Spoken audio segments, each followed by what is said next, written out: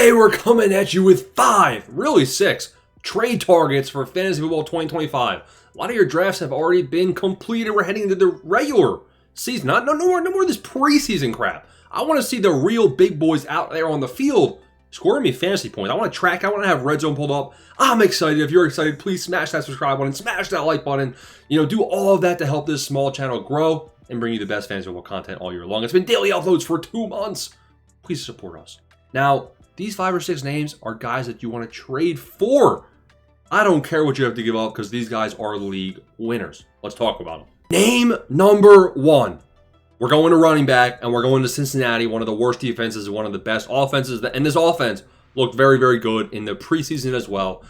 And this guy was the number 1 running back in the preseason. We saw his usage. This guy in the preseason looked explosive. He looked like the main 1 down, 2 down, 3 down. He was in there on every single down. This guy gets all of the usage, and he will this year as well. So looking at his career, in 2024, he averaged 15 points per game. No, he didn't, because in the second half of 2024, he actually averaged more than 20 points per game in the back half of the season when Zach Moss was old news. The receiving usage is what I like to see.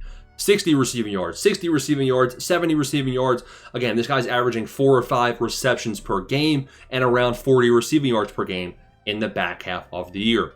Now, he's obviously the goal line back. He's the receiving back. He's the rushing back. He categorizes as one of the most involved players in any offense in the league. This offense is going to be trailing. The Bengals defense is the worst thing I've ever seen in my entire life. So the Bengals are going to be playing most running backs, Jonathan Taylor. The Colts fall behind. Jonathan Taylor, he's not getting the receiving usage, right? JT's not getting too many dump downs. His receiving usage isn't much. So he's screwed. He's not getting much rushes because they're down by 40. Chase Brown, if they're down by 40, they're going to be throwing the ball, and Chase Brown's going to be getting a lot of dump-offs. So Chase Brown, he won't get phased out as they go down if their defense sells. Now, this Bengals offense, I'm excited about every single player there except T. Higgins because of the health concerns. I know T. Higgins is good, but his health concerns do scare me. Chase Brown, trade for him, even at this 20th rank price. It is worth trading for. I think I'd rather have Chase Brown straight up than Bucky Irving. I think I'd rather have Chase Brown than Derrick Henry. Devon Achane, my sweetheart, I was in on him at first round price all season.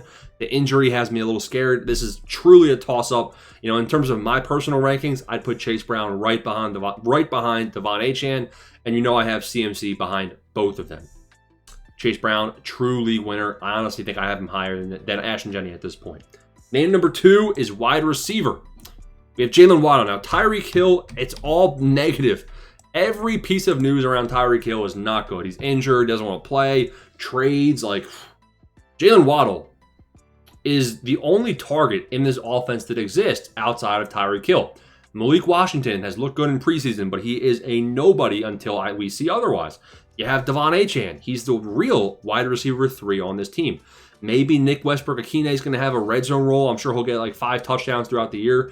Obviously they got him from Tennessee. But it's really Tyreek and Jaylen Waddle as 1A, 1B. Now, besides the year where Skylar Thompson was quarterback, personally, I would just retire if I had him as my quarterback, where he averaged 9 points per game. He actually is a 14 or 15 point per game average over his first 3 years of his career. He's going to be on the field as much as he can, as healthy as he is, and he's going to be involved in this offense. Guess what? Jonnu Smith is gone. Darren Waller, a rapper, is tight end. When I tell you Jaylen Waddle should have a 30% team target share, I'm not even joking. Realistically, I think his target share is probably going to be 27% this year.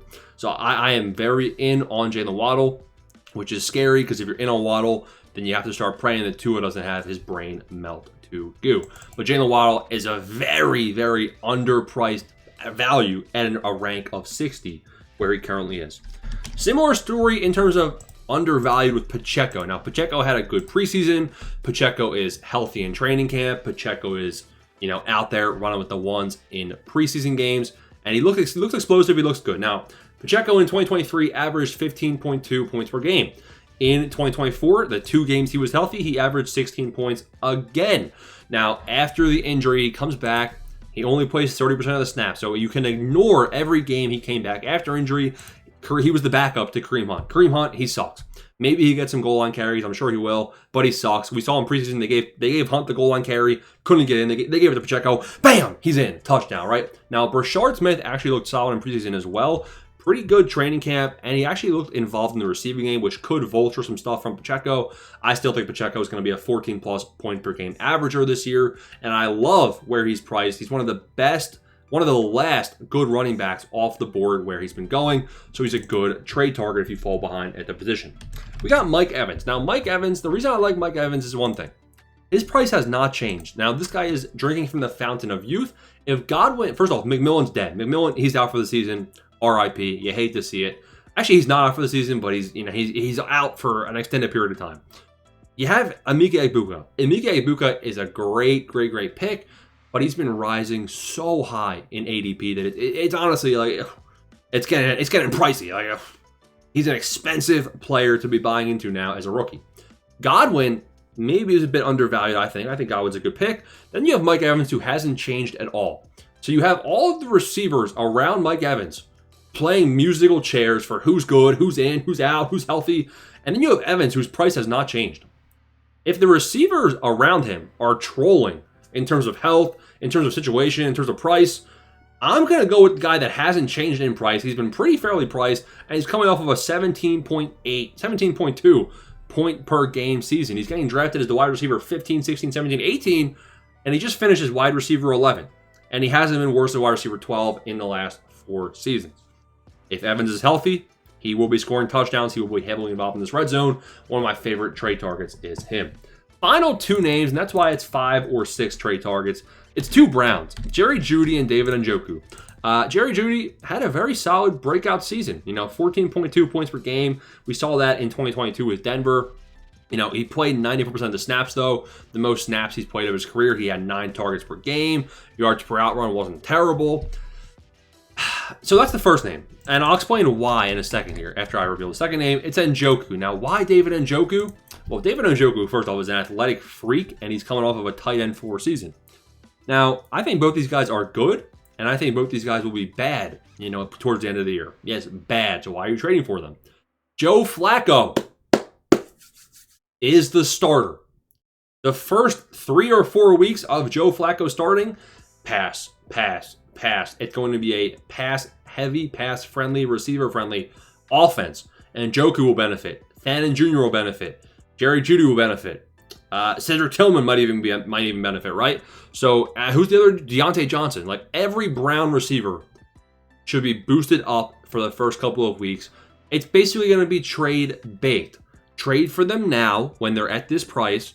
And if you're in a league that trades a lot, and Njoku and Jeudy, it's a good bet that they'll rise in value after week 2. The first 2-3 weeks of Flacco, I bet they score pretty well. Now, I would not be holding on to these guys long term because if you look at the Browns schedule, it's brutal. So Flacco's probably going to be phased out, and then they're going to be screwed with the backup quarterback coming in. But for right now, I do like them as trade targets. Those are 4, 5, 6 names to trade for. Let me know if you make any of these trades, pull them off. As always, Discord has a free trade question section. Go use it. Thanks for watching.